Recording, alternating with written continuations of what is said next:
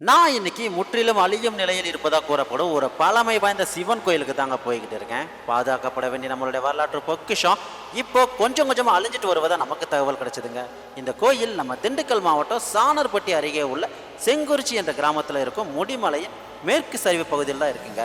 கிராம மக்கள் நலமுடன் வாழ்வதற்காக 18ஆம் நூற்றாண்டில் கட்டப்பட்ட இந்த கோயில் இப்போ எந்த நிலையில் இருக்குன்னு நீங்களே பாருங்க.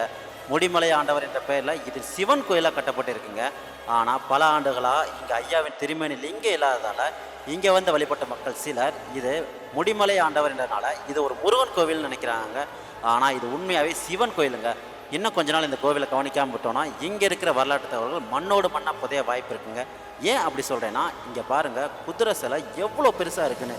இது 25 அடி உயரமும் 20 அடி நீளம் கொண்டதுன்னு வரலாற்று ஆய்வுகள் தெரிவிக்கின்றன. இதில் இருக்கும் ஒவ்வொரு சிலை நுணுக்கங்களும் அவ்வளோ அழகாக இருந்திருக்குங்க. கீழே இருந்து ஒருவர் குதிரையை கட்டுப்படுத்துவது போல் எவ்வளோ நேர்த்தி வடிவமைச்சிருக்காங்க பாருங்கள். இங்கே ஒரு குதிரை மட்டும் இல்லைங்க, 2 பிரம்மாண்டமான குதிரை சிலைகள் இருக்குங்க. ஆனால் இப்போது அந்த 2 குதிரை சிலைகளுமே சேதமடைஞ்சு உள்ளே இருக்கும் கம்பிகள் தெரியும் அளவுக்கு ரொம்ப மோசமான நிலையில் கிடக்குங்க. அப்படியே பக்கத்தில் 25 அடி உயரத்துக்கு பிரம்மாண்டமாக வைக்கப்பட்ட காவல் தெய்வங்களான ஆண் பெண் பூதகணங்களின் சிலையுமே ரொம்ப மோசமான நிலையில் தான் இருக்குங்க. இந்த மாதிரி சிலைகள்லாம் இப்போ செய்கிறது எல்லாமே ரொம்ப கஷ்டங்க. இதுக்கு பக்கத்தில் தான் கோவில் கருவறை இருந்திருக்கதா சொல்லப்படுதுங்க. உள்ள இப்போ காவல் தெய்வங்களின் சிலை இருப்பதாக சொல்லப்படுதுங்க.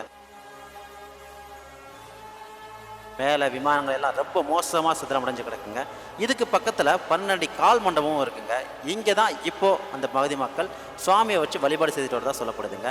இந்த கோயில் இப்போது ஹெச்ஆர்என்சி கட்டுப்பாட்டில் இருக்கதா சொல்லப்படுதுங்க. ஆனால் அது எனக்கு சரியாக தெரியலை.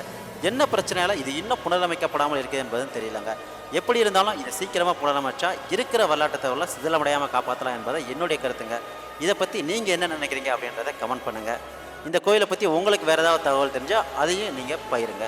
இது போன்ற வரலாற்று மற்றும் ஆச்சரியம் நிறைந்த தகவலை தெரிஞ்சுக்கொள்ள நம்ம கோவில் அதிசயங்கள் சேனலை ஃபாலோ பண்ணிடுங்க.